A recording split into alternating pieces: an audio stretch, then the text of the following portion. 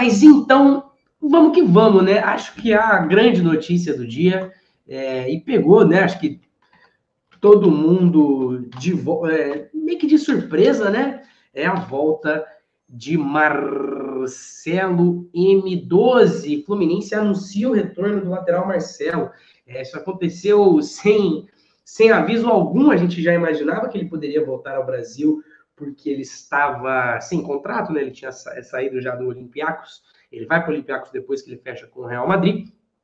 E como que eu vou dizer? Era de se imaginar que ele podia vir para o futebol brasileiro. O Fluminense, como aconteceu, era um dos principais candidatos, mas ele poderia pintar também no Botafogo, em que ele já deixou algumas vezes indicativos de que era o clube do coração dele, ainda que o Fluminense é o clube de formação dele. Mas a gente ficou sabendo também que o Marcelo poderia ter ido jogar com o Cristiano Ronaldo no Al Nassr. O Al Nassr teria feito uma proposta, mas no meio das conversas do Fluminense teria surgido uma proposta um pouco mais clara, uma conversa, um plano de como que ele pretende jogar, e aí levou o jogador. Temos informações, olha, 2007 que ele sai do Fluminense para ir para o Real Madrid, temos informações de contrato, eu acho que por hora deve ser por uma temporada, né? 34 aninhos do Marcelo. Por enquanto a gente não tem essa informação, daqui a pouco a gente vai ficar sabendo, dá uma olhadinha no Transfer Market. Mas é isso, Marcelo D12, brincadeira, Marcelo M12. O cara voltou, né, gente? O cara voltou. Vamos dar uma olhada aqui, e o que acho que, assim, maravilhoso que o cara voltou, isso aí, um cara muito bom de bola, né? Eu li na internet hoje que é um lateral com alma de camisa 10, que realmente é um lateral muito técnico, né? E que tem uma criatividade enorme, não só no posicionamento, mas também com a bola no pé. O cara que fez gol em final de Champions League, ganhou Champions League a rodo com o Fluminense, com o Real Madrid. O futebol brasileiro só tem a ganhar. Fica sempre esse parênteses, né? Que a gente perde Hendrix da vida com 16 anos e a gente tem que se contentar somente para nomes de peso com jogadores em final de carreira, como o Luis Soares, como o Marcelo Tuelvi, mas de qualquer jeito é um jogador de muita categoria. Ele é um cara muito profissional, ele não é do tipo assim que não cuida do corpo, que é visto em muito balada e tudo mais. Não que seja isso muito problema, mas é um cara muito profissional e que não deve demorar para poder entrar em forma e estar no seu auge, pelo menos no melhor que ele pode estar fisicamente em ritmo de futebol, né? Aí fica a questão, como que vai jogar o Fluminense com o Marcelo? Para tal, voltarei ao passado recente, em 2022, para o time do Fluminense. Seguinte, esse aqui é o time do Fluminense em 2022, com o Caio Paulista, Samuel Xavier, Nonato, Cano, Arias. E por que eu estou mostrando esse time? Porque ele jogava de uma maneira muito específica. A gente até fez um vídeo aqui na TV Torcedores. Se vocês quiserem, eu posso passar aqui um pouquinho, a gente assiste um pouquinho junto. Mas é o seguinte, era um time que era conhecido por aglomerar jogadores de um lado da bola e inverter essa jogada, ter assim, superioridade numérica em um lado do campo e inverter a jogada quando precisasse. Isso acontecia muito pelo lado direito, porque tinha o Arias caindo pelo lado direito, o Ganso encostava aqui, ficava com aquele ângulo, né, de armador. Enfim, o negócio era mais ou menos assim, ó.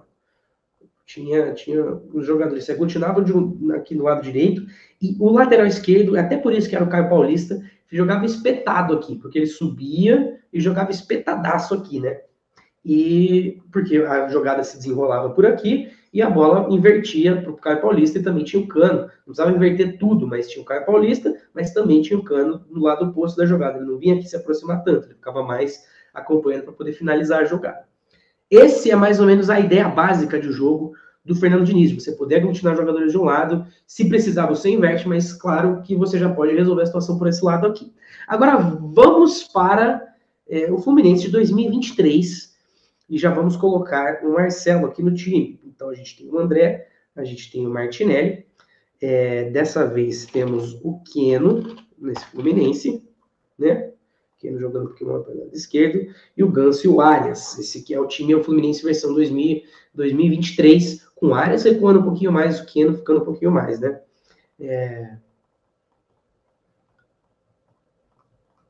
Só ajeitando aqui, que esse negócio é chato. Enfim, aí o que temos aqui? Vamos colocar Caio Paulista no lugar, Marcelo no lugar do Caio Paulista. Dois motivos que devem fazer o encaixe do Fluminense mais simples. Esse que eu já falei para vocês, mas dificilmente o Marcelo vai fazer que nem o Caio Paulista, vai jogar espetado aqui, porque tem que correr muito para poder voltar, né? E agora o Fluminense está jogando com um jogador de marcação a menos, já que o Keno entrou no time. Mas a presença do Keno ajuda uma coisa. O Keno é um jogador que ficou conhecido bastante por jogar pelas pontas e bastante aberto. Quando você tem um jogador aberto pelas pontas, o lateral é mais fácil para ele, ao invés de fazer a ultrapassagem, né, já que você vai ter dois jogadores aqui no mesmo lado, ele jogar um pouquinho mais por dentro, como é tradicional do Marcelo. Então dá para a gente imaginar o Fluminense mudando um pouco o lado da coisa e aglomerando todo mundo do lado esquerdo, onde o Marcelo vai poder ter uma influência enorme na criação do jogo, o Arias encostando por aqui, o Ganso também, e o Samuel Xavier fazendo o que o Caio Paulista estava fazendo o que o Caio Paulista estava fazendo no ano passado, sendo esse cara mais agudo, que o Samuel Xavier tem caixa, tem fôlego para isso, e o Keno jogando por aqui ajuda o Marcelo a fazer esse movimento, né? Então, o que a gente pode imaginar? Um encaixe um pouco mais simples. Claro que você tem um lado aqui com o Marcelo e o Manuel, não é exatamente tão simples você fazer uma recomposição defensiva muito eficiente com o André e Martinelli e com esses caras aqui no meio, né? Com o Ganso, com o Keno, com o Arias, é um pouquinho mais difícil de você imaginar um encaixe muito simples. Pode ser que tenha que ter bastante ajuste defensivo e o time jogar bastante alto, né? Já que, pô, se pelo menos tem o Nino aqui que tem velocidade, o André tem velocidade de recomposição.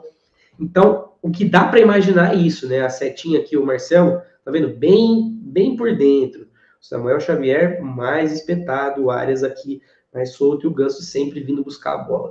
Eu acho que é mais ou menos esse encaixe. E assim, como eu falei, no começo, quando o Soares voltou para o Grêmio, eu estava um pouco receoso justamente por essa questão física, sempre, né, com essa lembrança do jogador que a gente perde os jovens jogadores e traz os veteranos, isso aí não é uma boa balança comercial, gasta-se muito com salários, tem-se menos opções de jogo, porque os times não podem ter um monte de jogadores mais velhos no time, ao invés de pode ter vários jogadores mais jovens, porque eles podem se adaptar a outras posições, mas o Luis Soares por exemplo, um cara que saindo na cara do gol, ele não vai errar. Ele não vai errar a tabela, ele vai acertar o gol quase sempre, ele vai trazer perigo para os times em que ele enfrentar quase sempre. A mesma coisa vai ser o Marcelo. Vai ser muito difícil do Fluminense perder bola quando ele estiver no lado esquerdo, vai ser difícil dele errar um cruzamento, é um cara com uma eficiência muito maior e o Fluminense só tem a ganhar com ele, contanto que use ele dessa maneira. Eu acho que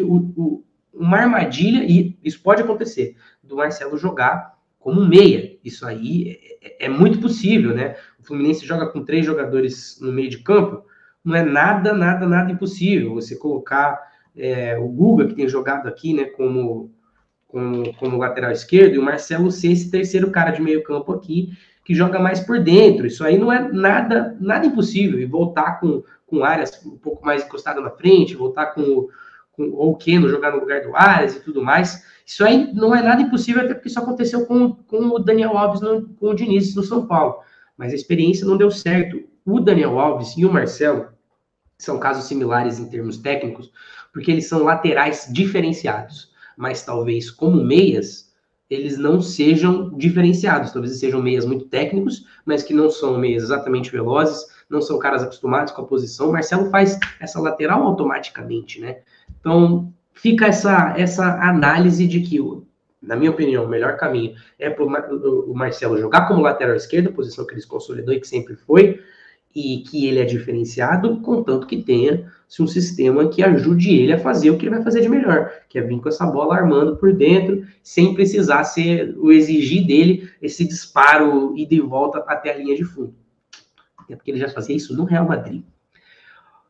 É isso, então, rapaziada. Parabéns ao Fluminense pela contratação e fica a expectativa de ver o homem em campo, né? E aí, galera, o que vocês acharam aí da contratação do Marcelo? Depois digam aí. Esse vídeo que você acabou de ver é um corte da nossa live diária. Ela acontece de segunda a sexta, às 6 horas da tarde. Ela traz o resumo das principais notícias do dia do futebol, mas também traz a repercussão dos principais jogos e também a prévia dos principais eventos esportivos. E a gente não fala só de futebol não, hein? A gente fala de automobilismo, de esportes olímpicos e tudo mais o que estiver bombando na semana. Se você gostou desse vídeo, então já solta o dedo nesse like e fica o convite também para você se inscrever aqui no nosso canal. Tem programa lembrando de jogos, partidas, campeonatos e competições históricas, assim como entrevistas, listas, enfim, é conteúdo para não acabar mais. Agora, se você quer saber das notícias mais quentes do futebol e do esporte do Brasil e mundo afora, entra lá no torcedores.com, que a nossa cobertura é quentíssima. A gente fica te esperando então, hein? Valeu!